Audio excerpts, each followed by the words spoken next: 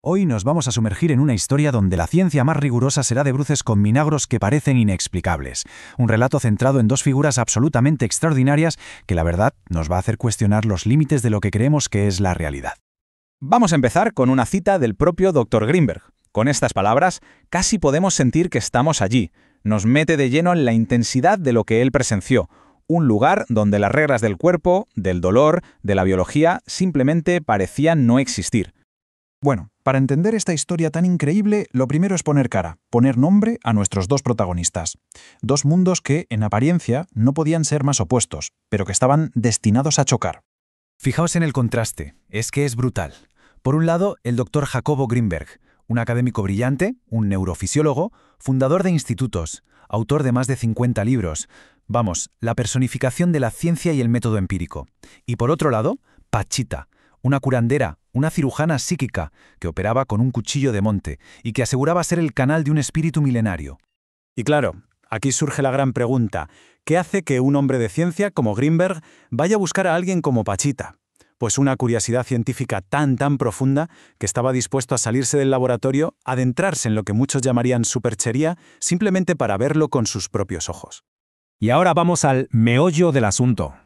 ¿Qué fue lo que Grimberg presenció exactamente? ¿Cuáles fueron esos actos que hicieron temblar los cimientos de todo lo que él entendía por realidad y por materia? Y aquí es donde la cosa se pone, increíble. Olvidémonos de un quirófano moderno. Estamos hablando de operaciones a corazón abierto con un cuchillo de caza, sin anestesia, sin esterilizar, sin absolutamente nada de asepsia.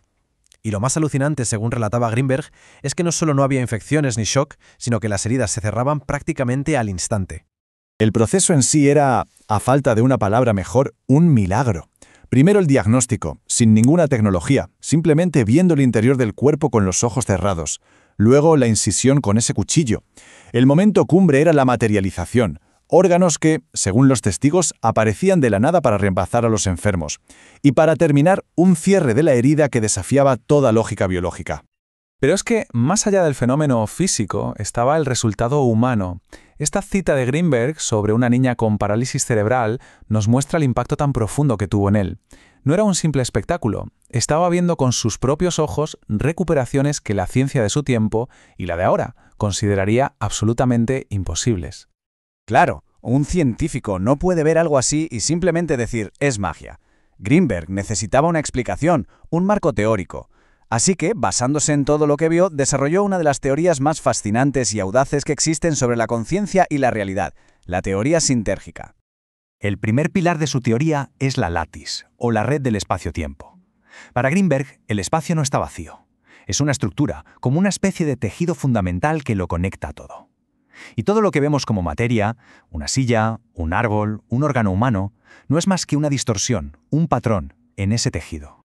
Y aquí viene la segunda pieza del puzzle, el campo neuronal.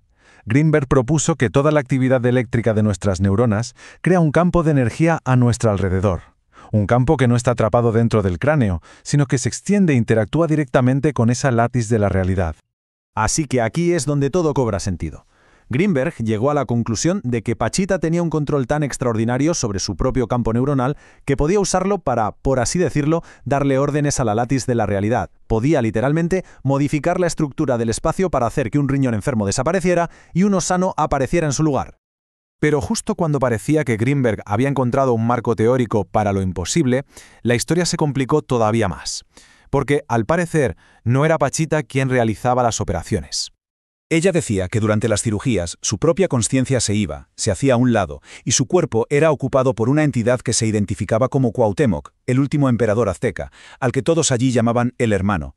Era él, y no ella, quien operaba. Esto, para Grimberg, fue un auténtico quebradero de cabeza. Por un lado, él era testigo de un cambio total de personalidad, de voz, de conocimientos. Pero por otro, su mente científica se resistía a la idea de un espíritu, de una conciencia sin cuerpo. Se debatía, ¿es realmente otro ser? ¿O es Pachita accediendo a una parte de su propia conciencia tan profunda que parece otra persona?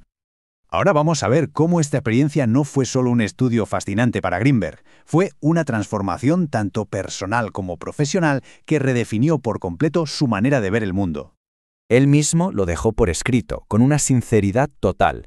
El encuentro con Pachita lo cambió para siempre. Ya no era un simple científico observando un fenómeno. El fenómeno, en cierto modo, lo observó y lo alteró a él. La experiencia fue mucho más allá de los datos. Fue una revelación. Y este cambio se vio en su trabajo. Su investigación se volvió mucho más audaz, buscando esa conexión entre el cerebro y el cosmos. Dejó de ver el cerebro como una simple máquina biológica y empezó a considerarlo casi como un instrumento místico, un matraz cabalístico capaz de reflejar el universo. Y esta idea se reforzó con cosas como recibir un aporte, un pequeño cuadro que se materializó delante de él. Todo esto lo empujó hacia una conclusión increíble. La conciencia, quizás, no está limitada al cuerpo. Y al final nos quedamos con esta pregunta, que es la que resume la esencia del trabajo de Greenberg y el legado de Pachita. Su historia nos obliga a plantearnos si la realidad no será mucho más extraña y mucho más influenciable por nuestra propia conciencia de lo que nos hemos atrevido a imaginar.